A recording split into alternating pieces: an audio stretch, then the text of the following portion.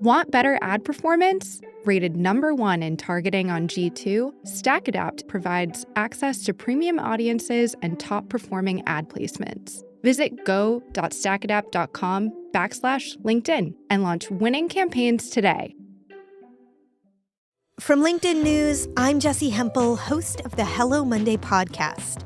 Start your week with the Hello Monday podcast. We'll navigate career pivots. We'll learn where happiness fits in. Listen to Hello Monday with me, Jessie Hempel, on the LinkedIn Podcast Network or wherever you get your podcasts. LinkedIn presents.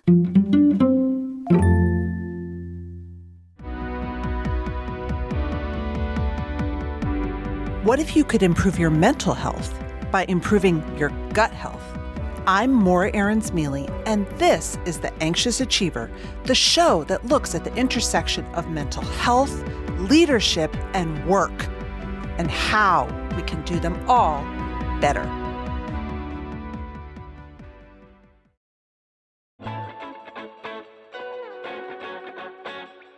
Physical ailments are absolutely linked to our mental health. We all know this. But there's one trend in particular I feel like I've been noticing anecdotally. It's something we've talked about on the show before, but it's the idea that a whole lot of high achievers out there, people I talk to every day, seem to not just have anxiety, but also digestive issues, especially irritable bowel syndrome, or IBS. Saturday Night Live, in its 50th anniversary extravaganza, even went so far as to make a video about the fact that, as they say, all performers on SNL, comedy legends that are household names, have anxiety and IBS. According to the American College of Gastroenterology, 10 to 15% of Americans might suffer from IBS. And our guest today says that number is really probably much higher. Dr. Bulsiewicz is a gastroenterologist and gut health expert, and he is the founder of 38 Tira. And he's here to shed light on all the ways we haven't realized that our gut and our mental health are connected. This, y'all, it's a workplace issue. It's a leadership issue. It's an issue that, especially if you're in charge of people or if you're in HR and in charge of people's well-beings, should be on your radar. And it might be already because it's really common. Enjoy my conversation with Dr. Will. Can you just share at a very high level how gut health and mental health and stress are all associated? I would go so far as to say that throughout my career, my greatest moments as a medical doctor have not been changing a person's diet, getting them to consume more fiber. In fact, I would actually argue that my greatest moments as a doctor have been when I've brought a person's attention to this space, because the opportunity for healing is intensely powerful. And in my mind, the visual that I have for like what this looks like is I've had many people throughout my career that they would come to me perhaps after one of my books came out and said, like, Dr. B, I've done everything that you're saying. I followed the meal plan, right? I'm exercising, I'm sleeping, I'm doing all the stuff, and I'm not getting better. And that person to me is like a rocket that's trying to take off, but it's chained to the ground. And if you can break that chain, it's unbelievable to see what happens. And I think that many of us, myself included, deal with things that are on this issue on some level, and it's different for different people. But to answer your question as sort of an introductory explanation, what we're really talking about here is the gut-brain connection and the realization that, yes, we may study science as realms of specialization, but that's not the way that the body works. And in the body, everything is interconnected. And there's the realization that the things that are happening in our gut, for reasons that I'm more than happy to explain and unpack, are impacting what's happening in your brain, which includes your mood and your cognitive function, meaning like your ability to perform complex neurologic tasks during the day, your endurance. Let's just pause on that for a sec, because I think that's huge. So you're not only saying it's affecting your mood, your emotional health, it's actually affecting your performance, your cognitive abilities. 100%. And the people that you're describing, let's put aside for the moment the idea of some sort of diagnosable illness. And let's just talk about high performers, which is that If you want your brain to perform at optimal function, which means smart, fast, have a great memory, being able to perform multiple different tasks, and to sustain that with endurance during the course of a stressful day, you absolutely need to get your gut health into alignment as much as possible because of the ways in which the gut is influencing those different processes. So they may be separate, but they are talking to each other literally right now. And the things that are happening in your gut are affecting what's happening in your brain. And the things that are happening in your brain are affecting what's happening in your gut. To really dumb this down for me, when I'm having IBS, when things just aren't working, what is my gut trying to tell my brain? All right, so let's zoom in on IBS as an example. This is a fascinating condition because it's a syndrome, which basically means to this day, more than 40 years since we started to see this pattern emerging, we don't have a diagnostic test. There's no blood work, there's no CAT scan. No, I've been through it myself. Right. I had a colonoscopy, though. I think that was for my insurance company mostly. Well, it's not to say that you shouldn't do colonoscopy. Like, you need to make sure that it's not an alternative thing because there can be alternative things that can And actually, masquerade. PSA, I had polyps that were very nasty. And my doctor said if you hadn't gotten these out now, you would have had colon cancer at 50. So I'm glad I did. Yeah, that's a separate conversation, but you've just exemplified why I'm a big believer in cancer screening and including colonoscopy as a part of that. So we have this basic pattern of symptoms. This is how we make the diagnosis, determined by what's called the Rome criteria. Rome, R-O-M-E. And the backstory to the Rome criteria is actually, this was my mentor at the University of North Carolina, who's the founder of the Rome Foundation to this day. And I think they're on their 4th version of the book to bring people up to date on how to make the diagnosis of multiple different digestive health conditions, including irritable bowel syndrome. But basically, if we're to simplify it, IBS is this. You have to have abdominal discomfort, and you have to have a change in your bowel habits. So it's not just discomfort, it's not just pain. It's also that you're somewhere on the spectrum of diarrhea, constipation, or back and forth. And classically, people that have IBS, their discomfort is remedied by pooping. They feel better when they go.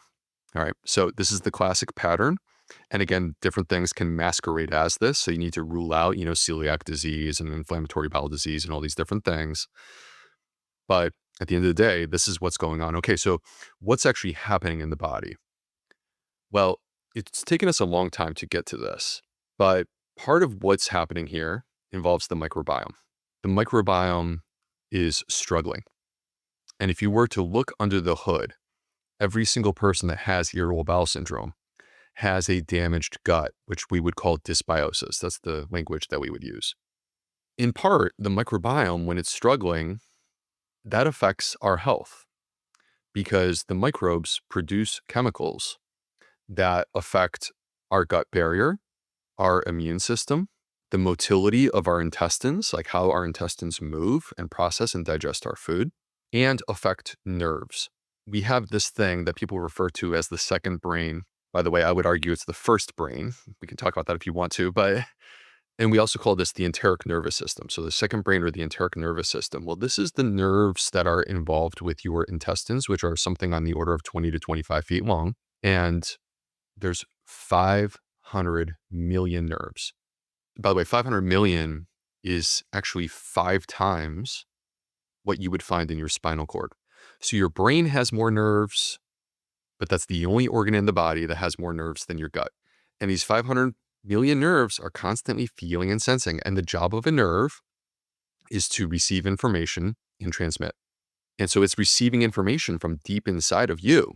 And the problem is that they can become dysfunctional like any other organ in the body. And when it's dysfunctional, you develop something that we would describe as hypersensitivity, which means that things that should not trigger you to feel pain, they will trigger you to feel pain. And then information gets relayed up to the brain, and then you say, I gotta go. I gotta go, right? And in essence, here's the package of symptoms. Dysfunctional gut microbiome, which is affecting gut motility. Because gut motility is affected, now we have either diarrhea, constipation, or both. And simultaneously, you have developed what we call visceral hypersensitivity, which means 500 million nerves are not functioning the way that they're supposed to. And you're feeling things that make you feel unwell. And that's a real thing, by the way. I'm not in any way trying to make it sound like the body is making this up. It's not. It's just that the brain and the nerves are not functioning the way they're supposed to. So you're hypersensitive. In short, like this is actually the underpinning. Like I just basically gave you the class on what every gastroenterologist in America should know about the way in which we manifest this condition that we don't have a diagnostic test for. Why? Because you can't have a diagnostic for 500 million nerves, and you can't have a diagnostic for gut motility, and you can't have a diagnostic for the gut microbiome that's reliable enough. So this is the issue. But then it affects the brain because, and we can get into all of this, but it affects the brain through a number of channels because these things are not functioning the way they're supposed to. I got my copy of the Health Beat from Harvard Medical School yesterday or a few days ago, and it said, there's emerging evidence that psychosocial factors may alter the types of bacteria that live in your gut, which can contribute to chronic inflammation. And I'm assuming a lot of these features. So they're saying that your psychosocial life might actually affect your bacteria? 100%. There's no doubt about this in my mind. Yet the science emerges and over time catches up with observations that every single one of us has already seen with our own eyes, which is that we need each other. And there's a word that I'm a bit attached to, and that is connection. Because as humans, you have to understand where we came from, that we can't change. It's hardwired into us. We came from a tribe, and that tribe offered us protection and survival. So we became very attached to having that tribe. And the measure of wealth, if we were to go back 10,000 years, was not money in your bank account. It was the size of your family and the size of your tribe and the number of connections that you had. And you can't knock that out of us. As much as society changes and culture changes, we may want to knock it out of us. We can't. And so we may become fixated on new things, like the size of our bank account or our home or our car and these types of things. And that does not actually foster connection and make you feel safer and supported and comfortable. I would also argue that there's cultural aspects that we have embraced, such as individualism, right? It's not just money, it's also individualism, to say that I was raised with the belief, and I would not say this was necessarily the belief of my parents trying to instill this on me. I would say that this was the culture that I was raised in. And I assume you were a high performer, you were good at school, all those things. Yeah, I'm the type A that you described, and I can't change that. That's who I am. But I was raised within a culture that says that success is not just the bank account. Success is that you have separated from your parents and are independent and own a home. And within that home, you are separate. And if you are truly successful, then that home is so big that everyone has their own room. And I would imagine that the listeners can relate to what I'm describing. And everything that I've just described, if you actually think about it, is pulling you away from human connection, right? We should be multi-generational. We should be sharing tight spaces. We should not view ourselves as succeeding or failing based upon independence. Because actually the opposite is true, that again, success is defined by your connections. So I would make the argument that our emotional health is highly contingent on these particular things that unfortunately we actually are not being intentional about. I want to share something. I think my husband would be okay, but I will say that this time when I went to the doctor and I had just horrible IBS, it was a really confusing time because I was so skinny. And I got all this feedback of like, you look great. And I was like, I feel awful, which is confusing, but very true in our society. But I think that looking back, it happened at a time that my marriage was really in a rocky place. That fundamental connection in my life, my best friend, my husband of almost 20 years, and I were really not in a great place. And when we got better, I got better. Yeah. First of all, I'm very grateful that you shared that, and want to acknowledge that there's courage involved in sharing our own story because it's personal and many times emotionally charged. And I think that what I would say to the listeners at home is that, how does this apply to your own life? And ask the question, is there something, by the way, I want to preface this by saying that life is not defined by trauma. We're not passive victims on a journey through life, that there is love and human connection and opportunities and a lot of beauty that comes in that. But there can be things along the way that can deeply affect our soul in places that are not necessarily physically visible. It can be within our non-conscious mind or sort of our core self.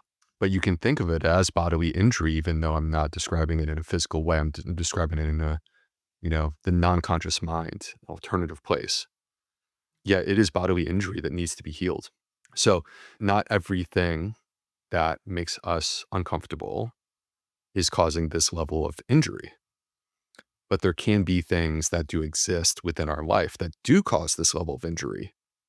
And if we ignore them, which most of the time that's the path that we choose because they're painful, don't want to touch an open wound. If we ignore them, then they fester and they don't heal. And this is getting back to my analogy of the rocket ship that's chained down. I'm describing the chain.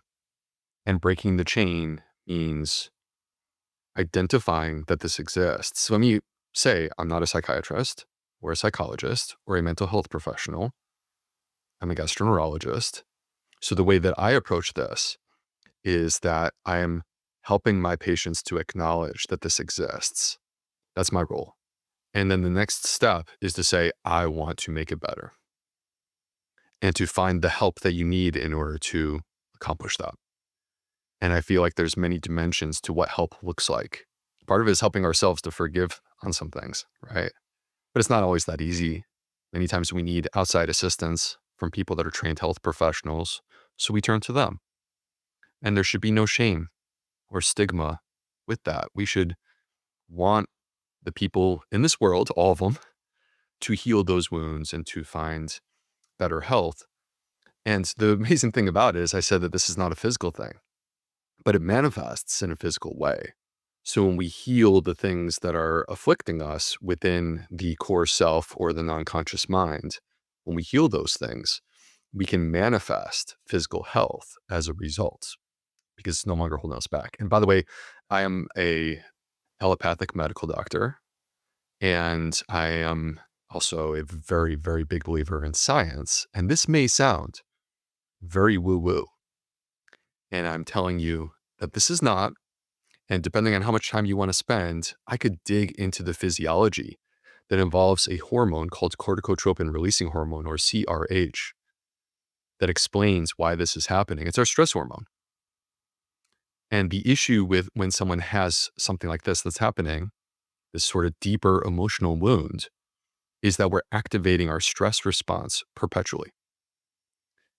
And therefore, we're not able to get ourselves into a place of comfort and safety because we may not be able to acknowledge this because, again, it's maybe not in our conscious mind, but we're not able to feel safe and comfortable because we constantly feel threatened because of this thing. Well, and right, there's a whole emerging field of chronic pain science that is a little bit similar, that when we never feel safe, our body creates pain, right? Yes. And actually, what you've just described, we can see in the gut because we're talking about hypersensitivity of these nerves, 500 million nerves. And those nerves are part of what makes them sensitive is inflammation.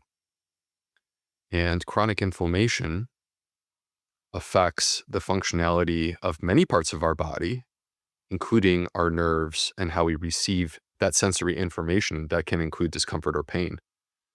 But it's important to see what's happening there, which is that inflammation is activation of the immune system. If we're going to really simplify it, it's just activation of the immune system. It's a bunch of cells sending out the fire truck, right? Sending out the fire truck and the police and all these different things, all these different units, and maybe the Army and the National Guard in response to a threat.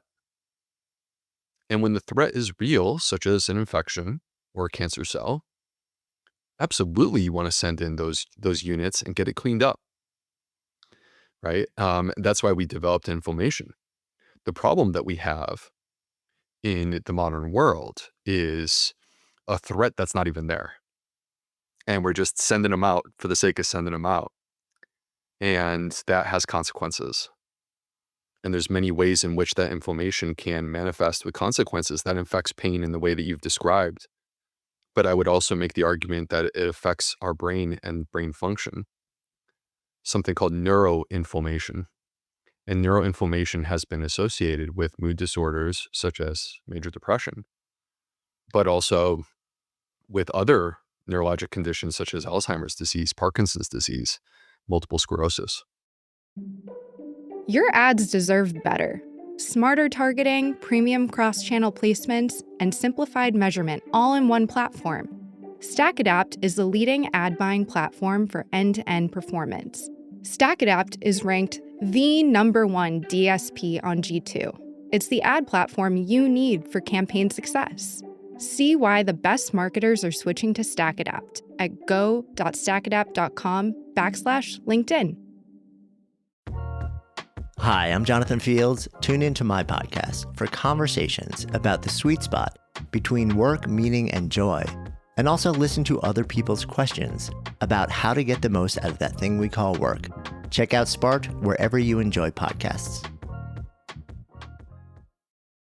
One of the things I love, I found you through Zoe, that I love about Zoe, and I'll give Zoe a free plug here, is that Zoe applies science to things that we know in our hearts, but have often been told is woo-woo.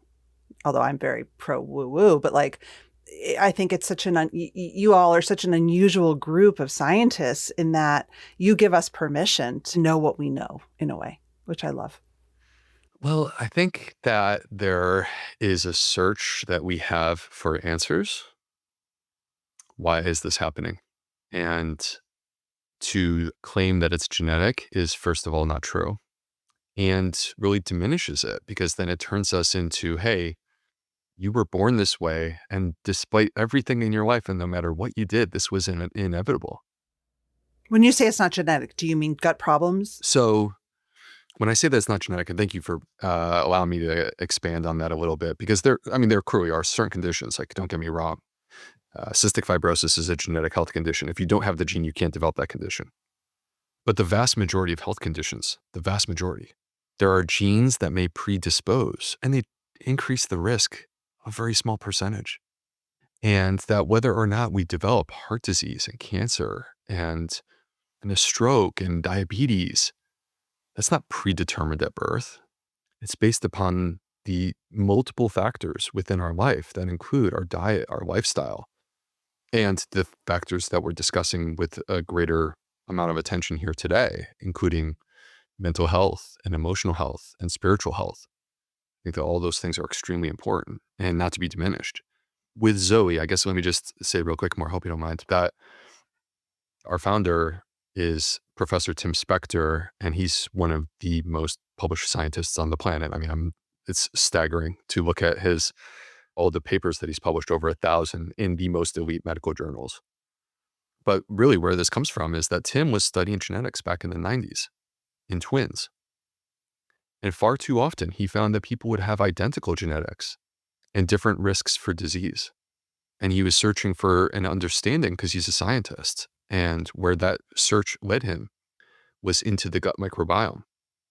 And when you open up, this is the same thing, by the way, on some level. I'm just a few years younger than Tim, but in the same way, in a parallel journey, I didn't know who he was back in 2013, 2014, but I myself was discovering in gastroenterology that gut microbiome is an important part of the story of these people that are walking through these doors. And So when you get into this, what you discover is, okay, well, what are the levers? What are the levers that I can pull? And the answer is that there's many, but food is perhaps the dominant one. I want to get into that but I want to go through for our audience. This is a show about work. I want to talk about food. I want to talk about your plant-based, fiber heavy approach. We've talked a lot about emotional, psychosocial, mental, spiritual health, which is a huge piece. Many people right now, and especially people who listen to my show, are unemployed, and they're not happily unemployed. They've been let go. They are looking for jobs. The job market is rough. In my anecdotal experience, when you are unemployed and you don't want to be, and you have financial insecurity and everything that comes along with it, your gut becomes a mess. They can't get hired tomorrow. What can they do? It's a valid question. And when we have some specific thing that is holding us back, of course, we should address that specific thing. And I would, by the way, say, like, acknowledging this, like, as you were saying this, I'm thinking in my mind of other examples that can be very challenging, that you don't necessarily have complete and total control over. Like, an example would be infertility, right? Is stressful for a young couple on par with cancer therapy. That's what research has shown. So we don't have complete and total control over these things. And so, yes, we should take steps to address those issues, acknowledging that there's not any simple and easy resolution. And simultaneously, I'm of the belief that our health is multifaceted, and that taking steps to address other aspects of our health that are not the one thing rises the tide, right? I'm of the belief that when we do things that are going to put our body into alignment, we receive benefits that may be the result of, like, the direct goal that you have. Hey, I want to eat for better gut health. What do I eat, Dr. B? Okay, let me tell you. But by the way, this is not just going to affect your gut health, right? It's going to affect many other aspects. For example, they have shown that there are dietary patterns that can be followed to improve our mental health. That in the SMILES trial by Felice Jacka from Australia, Deakin University, that they put people on a plant-predominant Mediterranean diet that aligns with my views and treated major depression. And yes, we should address these different facets of our health that I would encourage and recommend. And there's a place for professional help in addition to that. These are not mutually exclusive things where we do one and we ignore the other. I'm of the belief, and this is my general approach to health as a medical doctor, that we should put on the table all of the things that can benefit us and then make choices about what we are willing to do, right? You're not going to do all of them. Where can we start? What's most valuable? What for you specifically is actually going to stick? Right, because this stuff isn't easy. No, it's not. And we have, many different things that can hold us back. I don't need to create the laundry list here. We all know what they are. Last night, I had a lot of wine and ice cream. It's a great start to Sunday night, not in a great place, feeling stressed. Yeah. Just a lot of wine and ice cream. Yeah. Well, and I don't think that you should feel bad about that. But I feel bad in my body. Sure. Because you're trying to cope with something else that's bothering you. And what you've just brought up, it, by the way, speaks to my belief that we have to create space to forgive ourselves and accept imperfection. I never want to present information making it sound like the perfect diet exists or that anyone eats that way, because I sure don't. You don't? What do you eat? Talk us through a week in your life. Well, my diet has been an evolution. I grew up in a family, this is kind of, leads into some of the things for me personally. My parents were divorced. We were poor. My mom worked hard to provide for us. And I came home from school and we cooked hot dogs every day and had a snack. And that's what we ate. And we loved them. And it tasted great. And so grilled hot dogs. And I thought I was invincible. And I continued to eat this way despite increasing intensity and rigors of my educational and professional life as I became pre-med and went to medical school, and then was working at a hospital in Chicago, and then was working at the University of North Carolina in my gastroenterology fellowship. And it caught up to me and kind of reached a point of crisis where I was unwell. And the ironic thing is that, again, joy and happiness are not defined by individual accomplishments. You were so accomplished, right? Yeah, and don't get me wrong. I I can't change who I am. I'm a goal-oriented person. I line up goals, I go after them. The minute I've accomplished them, my wife says to me, "You should celebrate." And I said, "Well, I'm already moving on to the next thing." What's next? Exactly. And that's just who I am. And it's okay to embrace, like, we should love and embrace who we are. But to put people where I was, we're talking about 15 years ago, and I was around 30 years old, and I was in a dark place. And it was weird because if you looked at my CV, you would think that I was thriving because I was accomplishing all of my goals and actually more than that, things that were far beyond what I expected. I won the highest award at Northwestern University among 60 doctors, all of whom I thought were more brilliant than me. And, it's just an example, but like these kinds of things were happening. And yet, where was I? Well, I was by myself at home in a dark room under a blanket. I wanted to be left alone, and I was watching Bravo. All right. That's where I was at. And I knew that I wasn't well. I was 50 pounds overweight. I was anxious. I was depressed. I sincerely believe, to me, the world was coming at me in shades of different gray. And I also had insanely low self-esteem, considering. And there were many facets that I needed to heal. And part of what I needed to heal was diet and lifestyle based, because I was eating an inflammatory diet filled with fast food multiple times a day. But I don't think that that's just the only thing that was going on there.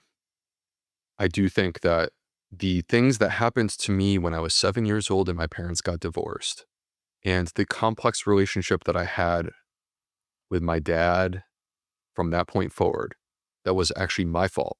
That was catching up to me because I was trying to push it down and ignore it and say it doesn't matter. And yet here I was on this quest to prove myself when all I needed to do was accept that my dad loved me.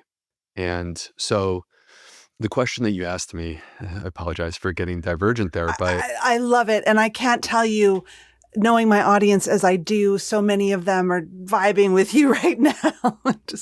but I think that the question that you asked me is, how do we cope when we're going through tough times? And my answer to this question is that we should do the things that we can control and make the most of them, right? And then with the things that we can't control, we should do our best and make a plan, but also create some space with grace to understand that we're doing our best and we can't control everything. So your diet has evolved. Yeah, my diet has evolved. Yes. What is a good week? What does a week look like? If I were to put a simple concept on the table, like where I started was with smoothies, not smoothies in a pouch, just like literally pulling out. I was a single guy and I didn't want to cook and I was tired. I was working hard.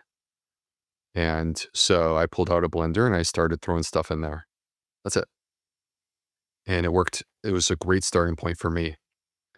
And then where I've evolved over the course of time is that I have incorporated plant-based food into my diet and really looked for, and this is like, by the way, constantly happening, where I'm looking for new opportunities to continue to tweak and optimize.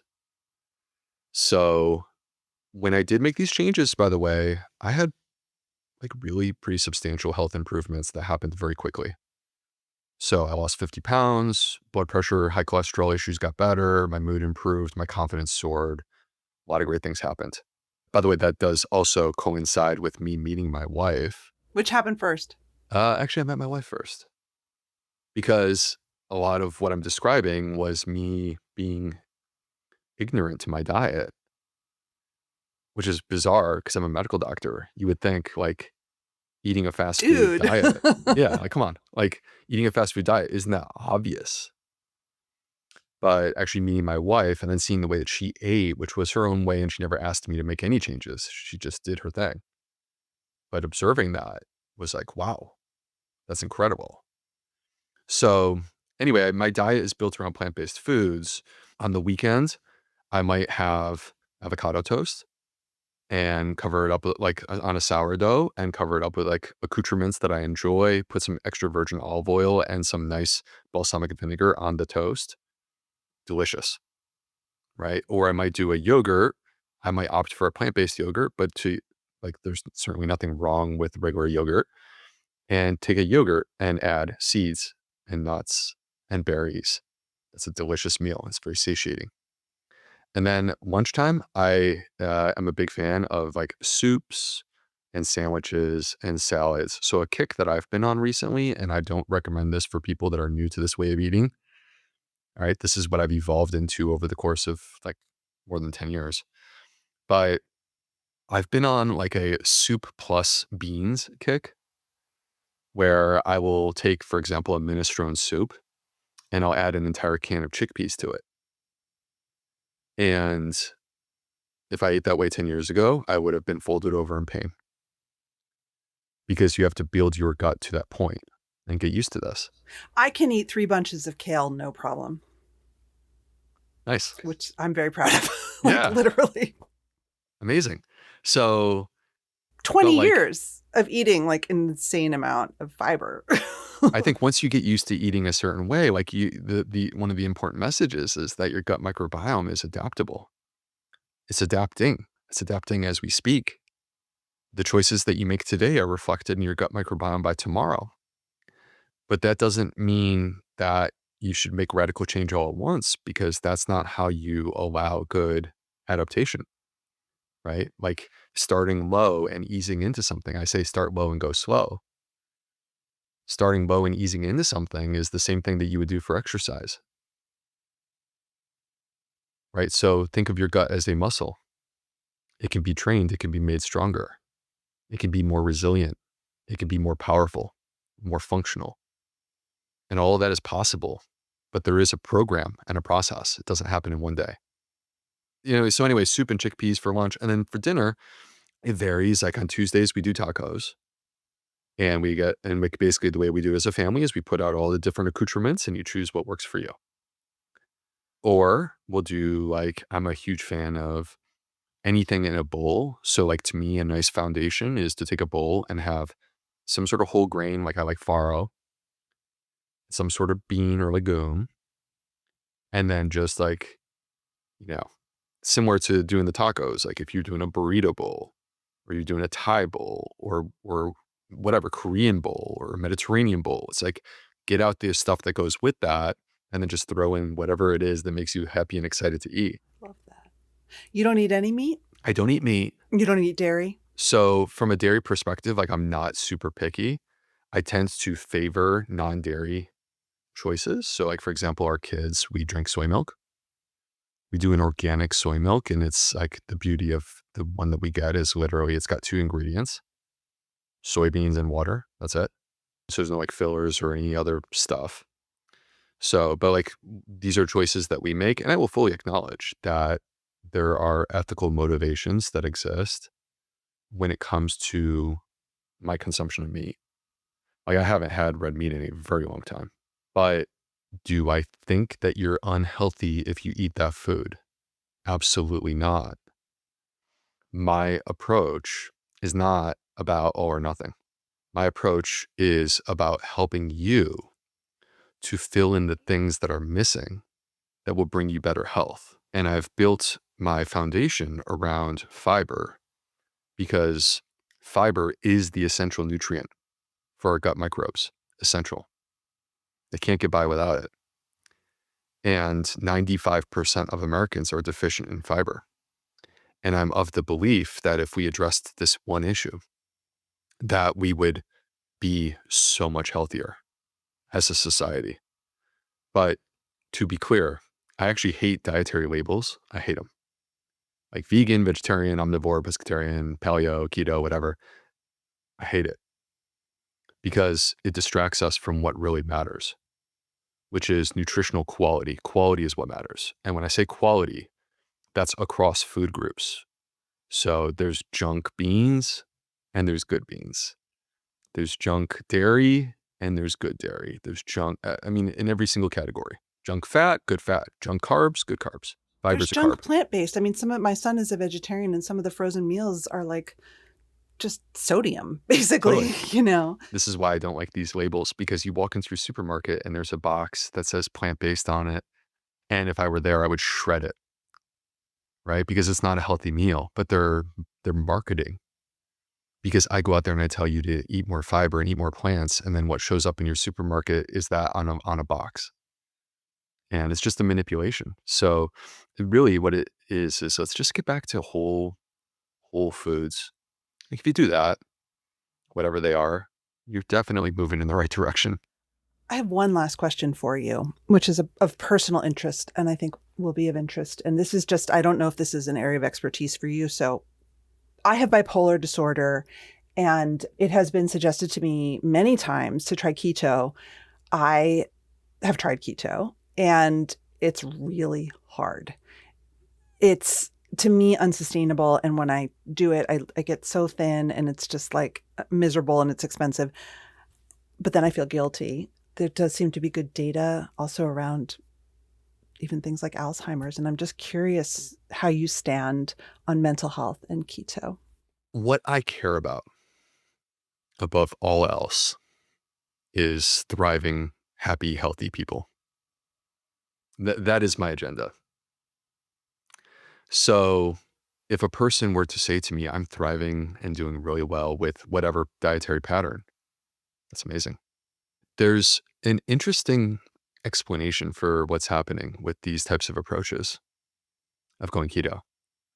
And part of it is that it's an excellent framework to eliminate unhealthy, refined carbohydrates like sugar and flour, right? This is an excellent framework that people really quickly understand, they get it. And if you're successful, which by the way, I don't think people are as often successful with keto as they think they are, unless they're being really serious about it. I tried to eat less than 30 grams of carbohydrates for 5 weeks, 6 weeks, and it was, I just couldn't anymore. Yeah. And there's downsides to this, right? Like that's a quite unnatural approach. And our body does have, like people who do ultra low carb diets, they run into health issues frequently when they continue with this. And if you look out into the world, you will see this, because basically you deplete glycogen stores in your liver, and there's a reason why the body has this, right? The body is designed for balance. So the physiology, though, is a bit interesting. So I want to talk about that for a quick moment, which is that when you do successfully achieve ketosis, which again, I don't believe the majority of people actually do. I think the majority of people, what they do is they get rid of carbs like sugar, but that's a good thing. But if you do achieve ketosis, the classic ketone is beta hydroxybutyrate.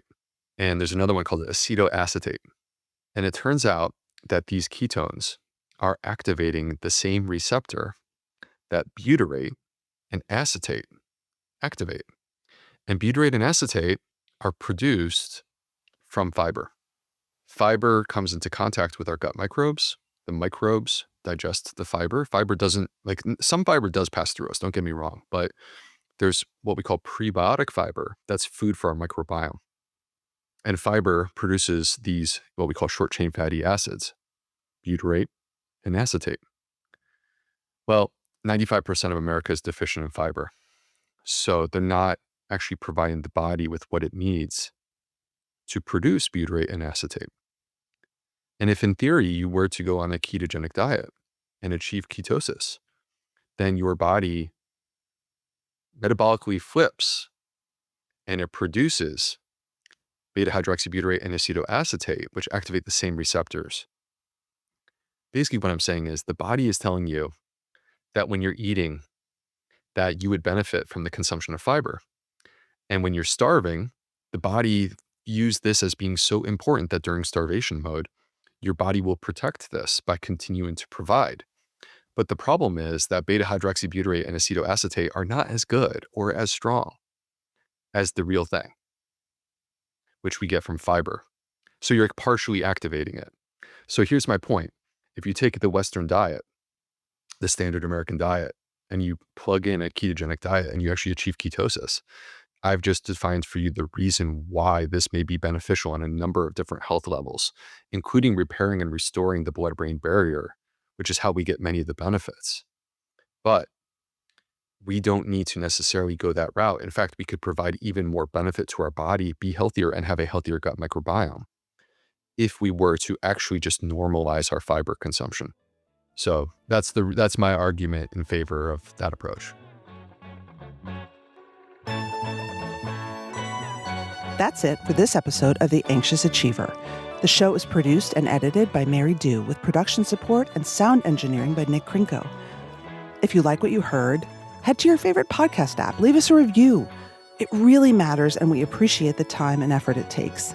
And if you don't subscribe or follow the show already, now's the time. And let us know what you'd like to hear more of. I get some of my best ideas from my listeners, so find me on LinkedIn, send me a message. You could find my weekly newsletter there as well. A big thanks to LinkedIn and all the listeners out there and our guests in the Anxious Achiever world. Until next time.